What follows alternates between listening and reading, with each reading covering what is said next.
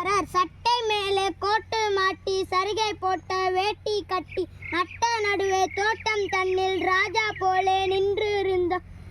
இரவும் பகலும் தூங்கிடாமல் இங்கும் அங்கும் நகர்ந்திடாமல் பெருமையோடு காவல் காப்பார். பெயரில்லாத காவல்காரர் காக்கை குருவி அங்கே வந்தால் காவல்காரர் நிற்க கண்டு சீக்கிரத்தில் வந்த வழியே திரும்பி ஓடும். பயந்து கொண்டு காற்று பலமாய் அடித்ததாலே கனத்த மழையும் பெய்ததாலே நேர்த்தியான அவரின் உடைகள் நித்தம் கிழிந்து வந்ததையோ இதனை கண்ட காக்கா ஒன்று, இந்த சமயம் இவருக்கு நாமும் உதவி செய்யலாம், பயமில்லாமல் உழவலாமே என்று கருதி அருகில் உள்ள வீட்டிற்குள்ளே யாரும் இல்லா வேலை சென்று கருப்பு கோட்டு வெள்ளை சட்டை கட்டிக்கொள்ள சரிகை வெட்டி எடுத்து வந்து காவல்காரர் இருக்கும் இடத்தில் போட்டுவிட்டு உடுத்திக் கொள்வீர் என்று சொல் ஒதுங்கி நின்று பார்த்ததங்கே காவல்காரர் பழைய உடையை கலற்றி கீழே போடவில்லை.